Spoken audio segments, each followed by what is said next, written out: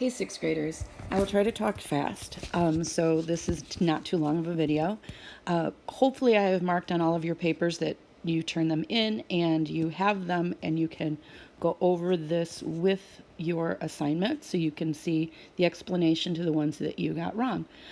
First problem, it's asking to name the independent and dependent variable.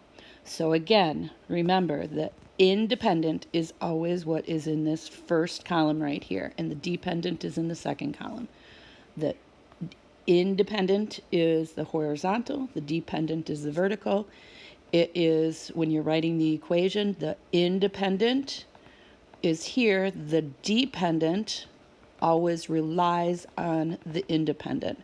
So whatever is over on this side is going to be your dependent. So my independent is X and my dependent is Y. And you can think of this in a couple different ways. So you could think of it in context, like someone paid $1 to get into a garage sale and then 25 extra cents for each item they purchased. So when they just before buying anything, they walked in and they spent $1 to get in, and then 25 cents for each purchase. But if you are having a difficult time thinking of it like that, you can't come up with a context, you can always plug in our numbers. So whatever X is, you're going to plug that in and then solve that equation. 0.25 times 0 is 0 plus 1 is 1. And then we could do the same thing if we took 25 cents times 1, because now my X is 1. That would be 25 cents plus $1 is $1.25. And we could keep doing that, just plugging in the numbers until you see a pattern. You're always, so here this would be 50 cents, 2 quarters, or 2 times 0.25 is 0.5, or 50 cents plus 1 is 1.5. So now I can see that pattern that I'm going up 25 each time. So this would be $1.75 and $2. So for this graph, because our numbers are so low, I know at 0 we're at 1, but then it's all the way to 4, we're at 2. So it would be like this. For the next problem, we do have context. Miss Kennel is collecting rolls of toilet paper. There's been a lot of news about toilet paper lately. She started with 3 rolls, and she collects 4 more each week. So she uses this equation where she starts with her 3, and she collects 4 more each week. So where R is the number of rolls of toilet paper and W is the number of weeks. This right here is a mistake. That B is not supposed to be there. That was just a typo. So given what we know about independent and dependent variables, the dependent depends on the independent. So R depends on W. So my independent is my number of weeks, because the number of rolls she collects depends on the number of weeks. So my independent is number of rolls. We know that the first column is always our independent. So this is going to be our weeks. And our dependent is our second column, always. And that is the number of rolls. I'm not liking writing in red. So we also know that our independent is always this way, the horizontal way. So this is going to be my number of weeks. Do not forget to label. And my dependent is my horizontal, so this is going to be the number of rolls.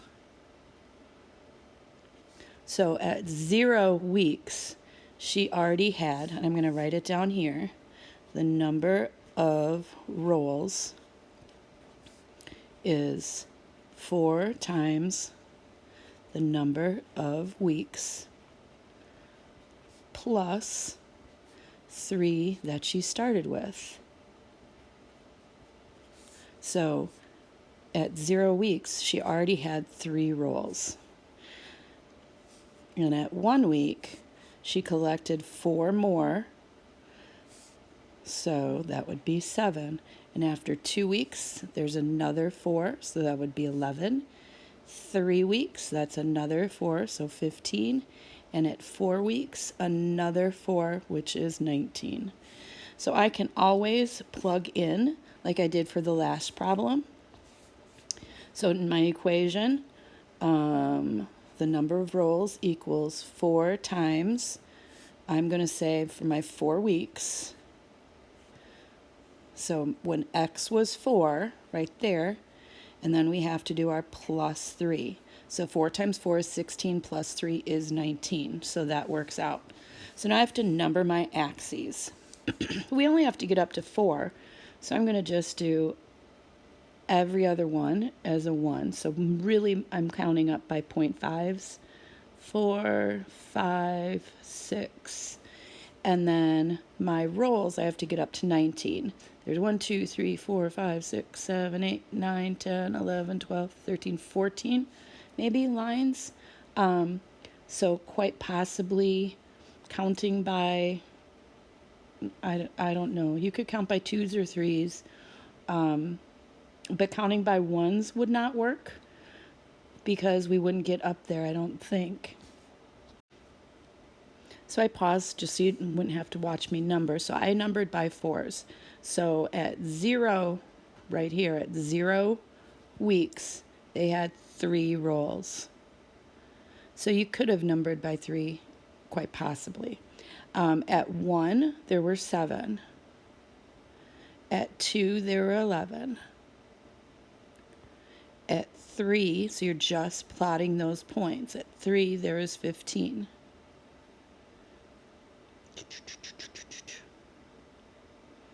At 4, there was 19. And if you draw your line, then you can actually see future weeks as well. All right, backside. So the PIC is selling antibacterial soap for $1.50 each. Write an algebraic equation showing the relationship between A, the number of soaps, and T, the total cost. So to get our total cost, I'm going to, so to get our total cost, and I'll put in variables in a second, total cost, we have to take our 150, so the cost of each,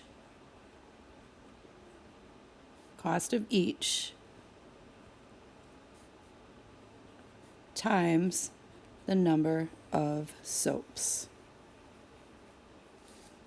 So if my total cost is T, I'm going to write it above, and the cost of each is 150, and my number of soaps is A, that's my equation. Or you could write T equals 1.50A. So again, when we're talking about independent, dependent, the total cost relies on how many we got. The total cost relies on how many we bought. So the dependent is the total cost, and the independent is the number of soaps. So we know the independent is always our first column, the dependent is always our second column. So number of soaps and the total cost. And for our graph, the independent is always our horizontal. So this would be the number of soaps. And the dependent is always our vertical. So this would be total cost. Don't forget to label your axes. So if I bought no soap, I would be spending no dollars. I'm going to go by twos. If you did not, that's okay. The graph should look the same. But I know that 2 times 150 is 3. So for 2 soaps, 2 times 150 is 3. So for 4 soaps, that's another $3. For 6 soaps, that's another $3. And then for 8 soaps, that's another $3. So again, all I did was take our 150 times 2 is $3. So I counted up by twos so I could count up by an even number and not have decimals. All right, let's see if I can. All right, so let's number.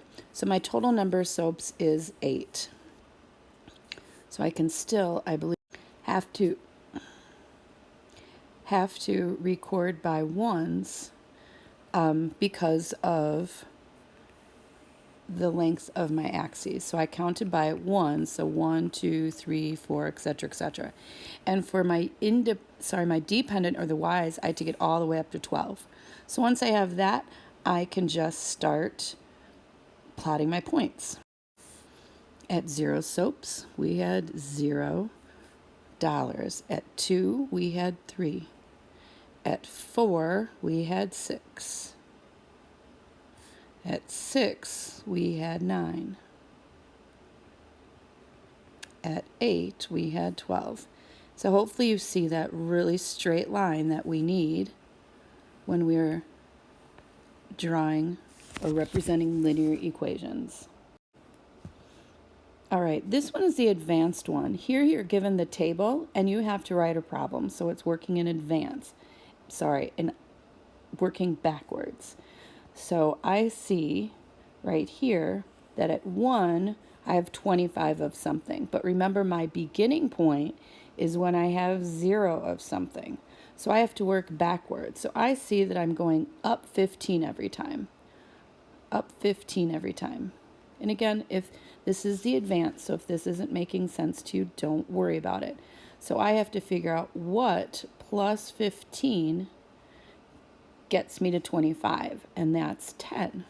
So right now I know that I started with 10 of something, and then I went up 15 per whatever this is. So the word problem could be as simple as,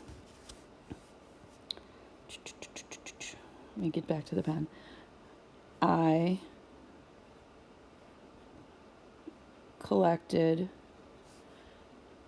15 baseball cards, if I can spell, each week, and had started with 10 cards. And my question could be, how many cards did I have after 6 weeks? Something like that. It doesn't matter what it was. It could have been you started with $15 and saved $10. Make it unique to you. You started with 10 points in your game and you scored 15 for every hour you played, something like that. So we know that the equation for that then, so y equals, we started with 10 and we added 15 for every week. Or it could have, we made 15 every week after starting with 10. Either way. And so our independent, well, the way I have it written like this, our independent would be the W number of weeks, and the dependent would be the Y, which is number of cards. and then you would graph it. Okay, sorry, that was 15 minutes, but hopefully it was good for you. Hopefully it made a lot of sense, and I will see you, quote unquote, soon. Peace out.